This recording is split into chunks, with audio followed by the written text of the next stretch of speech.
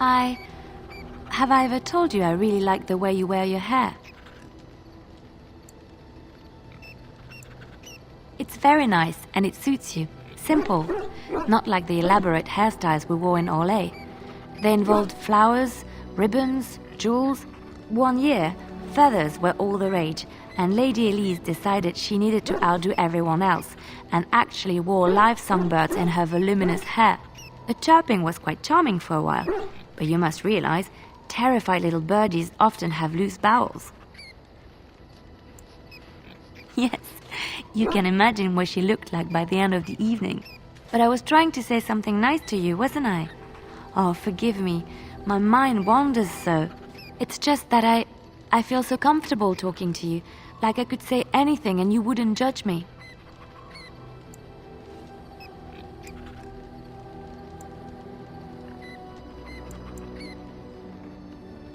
You see, this is what I mean.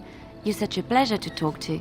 I haven't felt this close to anyone in a long time. I really enjoy your company.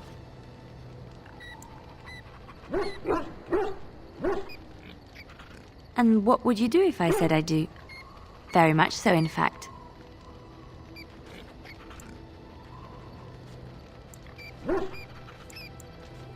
Huh? You must do that then. Perhaps later when I'm not prepared for it. Surprise me. Come then, let's get going. If I recall correctly, you have some important earth-shattering business to attend to. I enjoy the nights at camp. The night always seems more peaceful to me, safer. I feel the night grants us a reprieve from the troubles of the day. Silly, isn't it? The darkspawn never sleep, and they lurk in the shadows.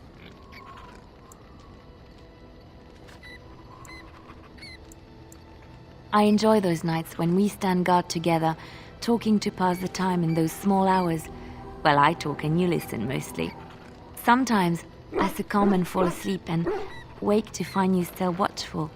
And I know you're watching out for me.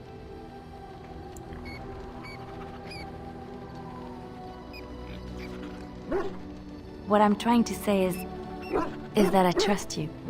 I'm comfortable around you. I know you'll be there when I need you. You are our leader and my friend, and sometimes I think that maybe we could be more than that. Maker, look at me stumbling over my words like an ill-educated peasant girl. Some bard I am.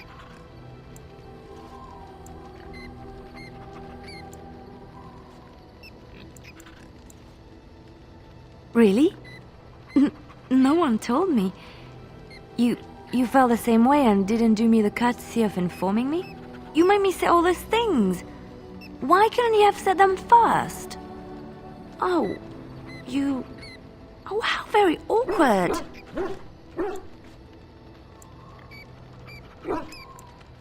Why am I being such a baby about this? I must be a sight spilling my guts.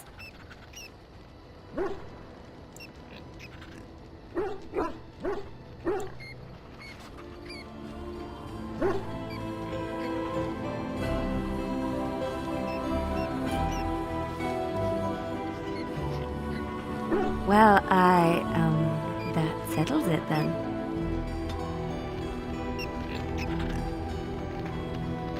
The stars are out.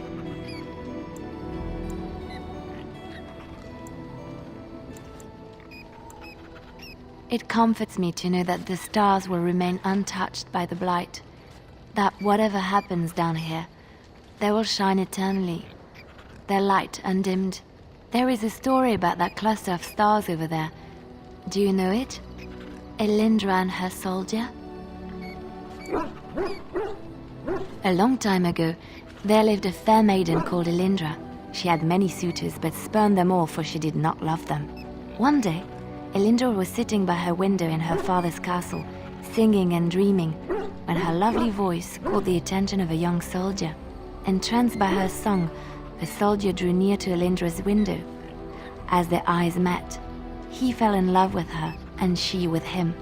When Elindra told her father about the man she had chosen, he was furious, for Elindra was high-born, but her love nothing more than a common soldier.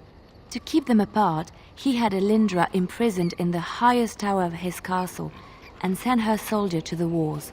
Alas, not a month had passed before news of the soldier's death reached Elindra. Alone in her tower, Elindra wept for her love and beseeched the gods to deliver her from this cruel world. So earnest was her plea that the gods themselves were moved. They gathered Elindra into their arms and lifted her high into the heavens, where she became a star. The gods also raised up the soul of Elindra's soldier love, and there he dwells, across the horizon from her. The band of stars between them is a river of Elindra's tears, cried for her lost love. They say that when Elindra has cried enough, she will be able to cross the river to be reunited with her soldier.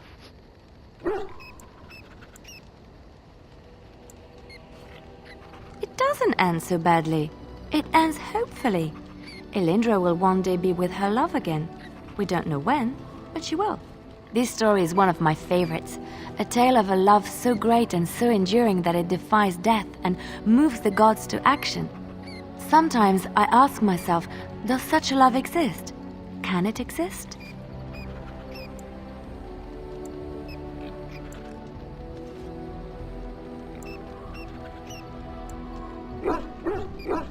I never expected you to say that.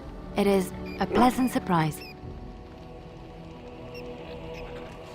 I have to say there is a certain severity to you. Finding a person behind that all is nice. Maybe you should let your softer side show more often. Sometimes following your heart, not your head, leads you to remarkable places.